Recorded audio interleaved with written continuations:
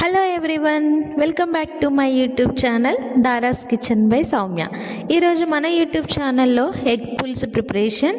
So ఇదైతే అందరికీ తెలుసు ఎలా ప్రిపేర్ చేయాలన్నది, బట్ నా స్టైల్లో నేను ఎలా ప్రిపేర్ చేస్తానన్నది ఈ వీడియో. సో వీడియోలోకి వెళ్ళిపోయే ముందు నాదొక చిన్న రిక్వెస్ట్, మీరు ఎవరైనా మన ఛానల్ని ఫస్ట్ టైం చూస్తే please like, share, comment and don't forget to subscribe. So ఇక్కడ వచ్చేసి నేను ఎగ్ కర్రీ ప్రిపరేషన్కి అయితే మీకు ఆల్రెడీ ఇంగ్రీడియంట్స్ చూపించేశాను.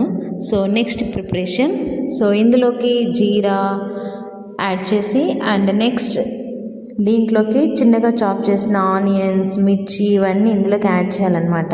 సో ఈ ఎగ్ పుల్స్ ఏంటంటే కొంతమంది థిక్ కన్సిస్టెన్సీలో ప్రిపేర్ చేస్తారు అండ్ కొంతమంది ఏంటంటే లైక్ పులుసు టైప్లో కూడా ప్రిపేర్ చేస్తారు. బట్ థిక్ కన్సిస్టెన్సీ కూడా బాగుంటుంది, బట్ నేనేంటంటే మరీ పులుసు కాదు అలా అని చెప్పి మరీ థిక్ కాదు, మీడియంలో అయితే ప్రిపేర్ చేస్తున్నాను. సో ఇది చాలా టైప్స్లో అయితే ప్రిపేర్ చేయొచ్చు. కొంతమంది ఎగ్స్ని ఆయిల్లో డీప్ ఫ్రై చేసి కూడా వేస్తారు, కొంతమంది కుక్ చేసేస్తారు. సో ఒక్కొక్కరిది ఒక్కొక్క స్టైల్.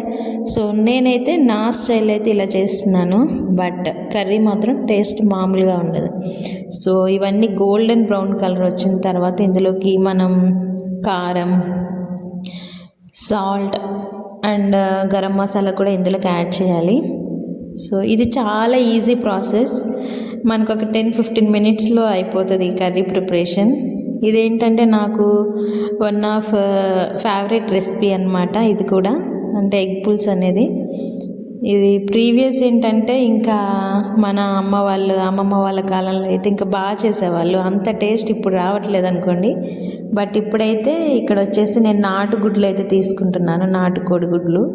అంటే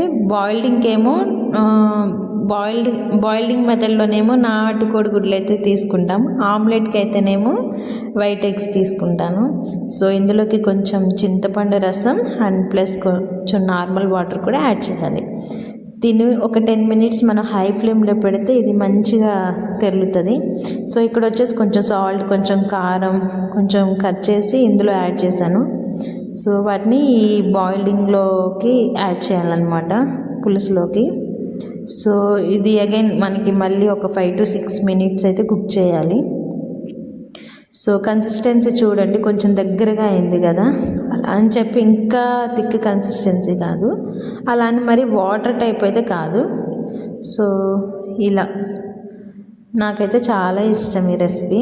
సో మీరు కూడా ఇంట్లో ఒకసారి ట్రై చేయండి. అండ్ ఫైనల్గా అయితే నేను కొత్తిమీరతో అయితే దీన్ని ఫినిష్ చేస్తున్నాను. సో కొత్తిమీర లేకుండా అయితే నా కర్రీ ఫినిష్ అవ్వదు.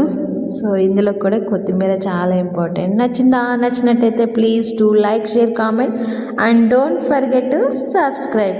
మీలో ఎవరైనా మన ఛానల్ని ఫస్ట్ టైం చూస్తే please click on bell icon. Thank you. Bye.